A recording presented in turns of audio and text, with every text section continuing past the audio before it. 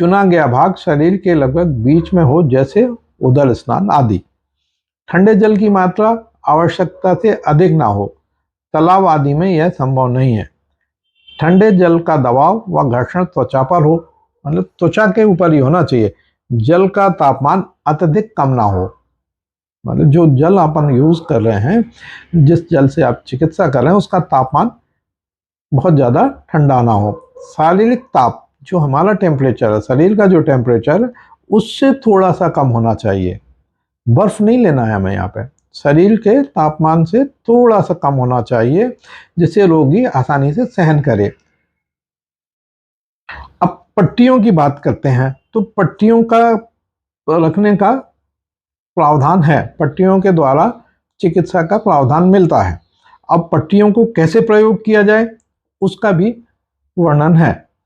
पट्टियां हमेशा सूती कपड़े से या खादी के कपड़े से बनी हुई होना चाहिए और 2 से 3 फोल्ड 4 फोल्ड तक होना चाहिए, 1 से 1.5 इंच मोटी होना चाहिए, और उसको उसमें डुबा के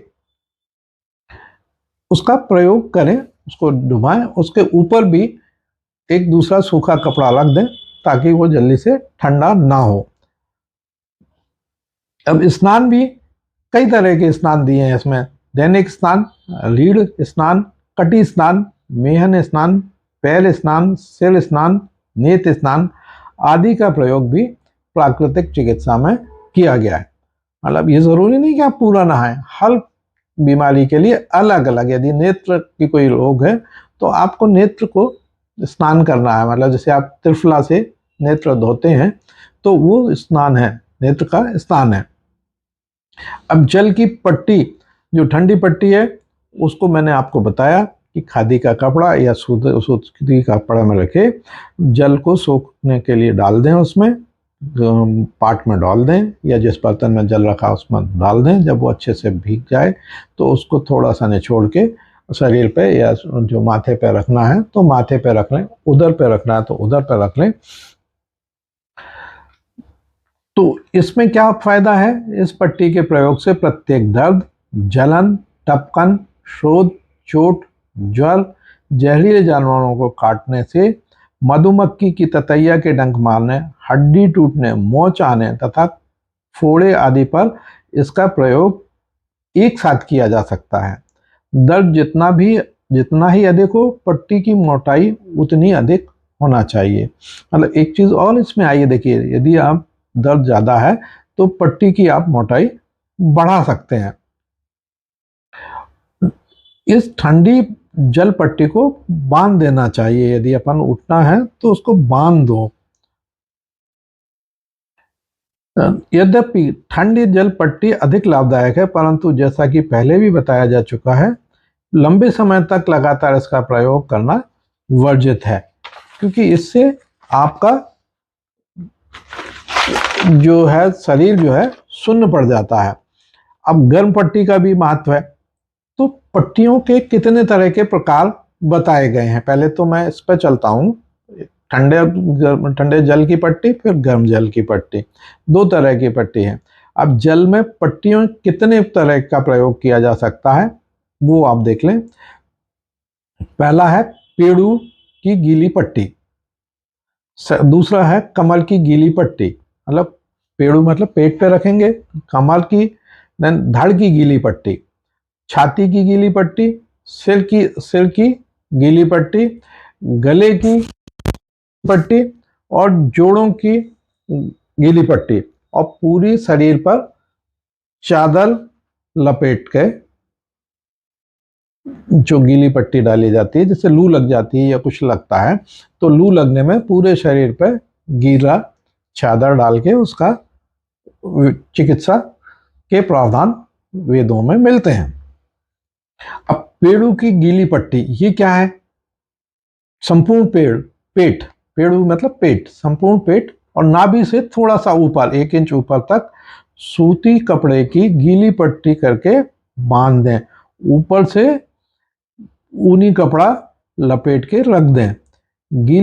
इसको जर्मनी के डॉक्टर विल्ज जो हैं, प्रसिद्ध प्राकृतिक चिकित्सक थे, उन्होंने कहा कि पेड़ू की गीली पट्टी लगभग सभी रोगों की एक रामबाण दवा है। देखो जर्मन का डॉक्टर विल्स भी इस बात को, जो वेद कह रहे हैं हमारे आयुर्वेद जो कहते हैं, वो जर्मन साइंटिस्ट, जर्मन डॉक्टर भी इस बात को प्रमाणित कर रहे हैं और वो बोल रहे हैं कि रामबाण दवा है, क्योंकि यह स्थान की ही मुख्य रूप से मलोत्सर्जन के लिए उदरयान है। मलोत्सर्जन मतलब मल्य, यदि आपका मल मूत्र अच्छे से निकल रहा है और पेट स्वस्थ है तो पेटों से आदि बीमारियां पेटों से जनित होती हैं। ये हमारे वैदिक वेदराज भी कहा करते हैं। आंतें, इंटेस्टाइन एवं वृक्क, आंतें एवं किडनी स्वस्थ हो तो मल का उत्सर्जन भली भांति होगा, जिससे शरीर विषों का जमाव नहीं होगा, प्रयोग जो कि सभी रोगों के कारण है। हम बोलते हैं ना, कोई भी चीज़ आजकल देखिए मार्केट में देख रहे होंगे, टॉक्सिसिटी कम करने के लिए टी आती है, बोले टॉक्सिन्स बाहर कर देते हैं, दवाइयाँ आती हैं, गोलियाँ आती हैं, टॉक्सिन्स बाहर करते हैं। तो ये गीली पट्टी के माध्यम से भी हम टॉक्सिन्स को, शरीर के टॉक्सिन्स को बाहर निकाल सकते हैं। अब इसके क्या लाभ हैं? पेड़ों की गीली पट्टी के लाभ देखिए, ज्वर की अवस्था में यह पट्टी काफी उपयोगी है। ज्वर मतलब बीमार, मतलब आपको फीवर है, टेम्परेचर है, तो इसकी पट्टी को 4-5 बार इस तरह पट्टी का प्रयोग करें। ज्वर ठीक होने तक दोहरानी चाहिए। इसके अलावा पेट संबंधी सभी प्रकार की खराबियों, स्त्रियों के गुप्त रोग, पेट के भीतर की नमी या पुरानी सूजन, अजीर्ण, अनिद्रा तथा अतिसार या पुरानी पेचिश में भी इसके आशातीत लाभ हैं। ये हर तरह से, पेट के हर तरह के रोगों में उपयोगी है। अब इसमें सावधानी भी है। यह पट्टी देने के पूर्व पेड़ू गर्म ना हो तो उस स्थान पर रगड़ कर अवश्य गर्म कर लेना चाहिए, तभी गीली पट्टी का प्रयोग करना चाहिए। मतलब गर्म कैसे करेंगे? हाथ चला लें आप अपने शरीर पे, तो हाथ से उसको ऊर्जा मिलेगी। ठीक है। अब आता है कमर की गीली पट्टी। कमर की गीली पट्टी के लिए क्या करना है? आवश्यकता अनुसार 8 से 10 इंच लंबाई के हिस्से में घटाया बढ़ाया जा सकता है। चौड़ाई जो है आपके शरीर की बनावट के अनुसार रख लें और इसको निकाल के, निचोड़ के कमर के ऊपर रखें, है ना। रोगी के शरीर का तापमान जितना अधिक हो, पट्टी की मोटाई, यहाँ पे भी वही बात कही है, यदि रोगी का तापमान अधिक है तो पट्टी की मोटाई बढ़ा दें। मोटाई बढ़ाने से वो उसमें काफी लाभ होता है। कमर की गीली पट्टी से क्या लाभ है? यह विशेष रूप से पुरानी कब्ज, देखिए कमर में भी पुरानी कब्ज, दस्त और पेट के संबंधी बीमारियों में प्रयुक्त होता है।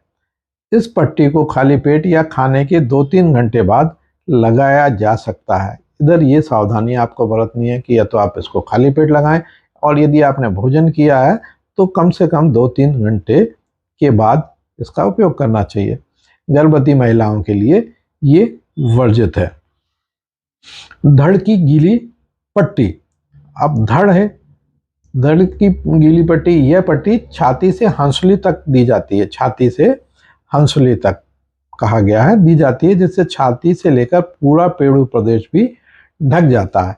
इसमें छाती से लेकर नीचे नाभि तक पूरा ढक जाता है, तो इस धड़ को गीली पट्टी कहते हैं। धड़ की गीली पट्टी के क्या लाभ हैं?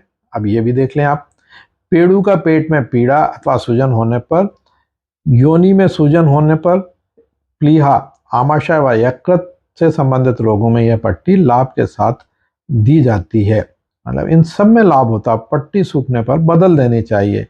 इस पट्टी को लगाने के बाद किसी कंबल या गर्म ऊनी वस्त्र से शरीर को ढकना आवश्यक होता है।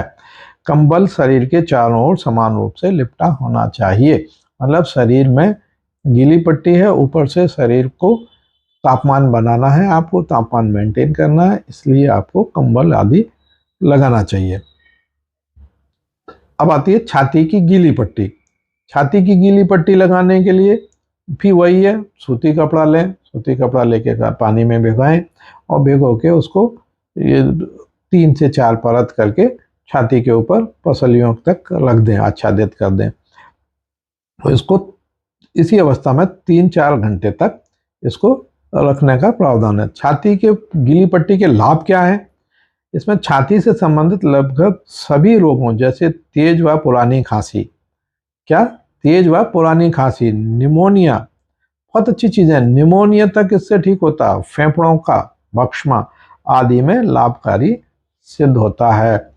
इस पट्टी को लगाने से छाती में दीर्घ काल में जमा हुआ कफ, देखिए बहुत अच्छी चीज है, जो दीर्घ काल में जमा हुआ कफ ढीला होकर उखड़ने लगता है, जिससे पुराने से पुरानी खांसी और दमा की स्थिति में काफी लाभकारी सिद्ध होता है। ये बहुत अच्छा प्रयोग है, इसको आप मतलब बहुत अच्छे से कर सकते हैं।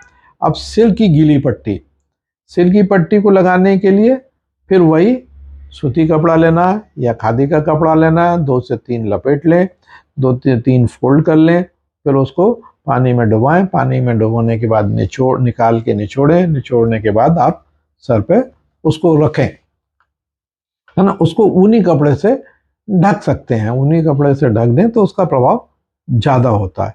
सिर की गीली पट्टी के लाभ हैं, क्या लाभ हैं इसमें, ये भी आपका जानना बहुत ज़रूरी है। इस पट्टी के प्रयोग से सिर दर्द, कर्णशूल आदि शांत होते हैं। मानसिक तनाव, देखिए मानसिक तनाव भी इससे ठीक होता है। अनिद्रा, अनिद्रा मतलब आपको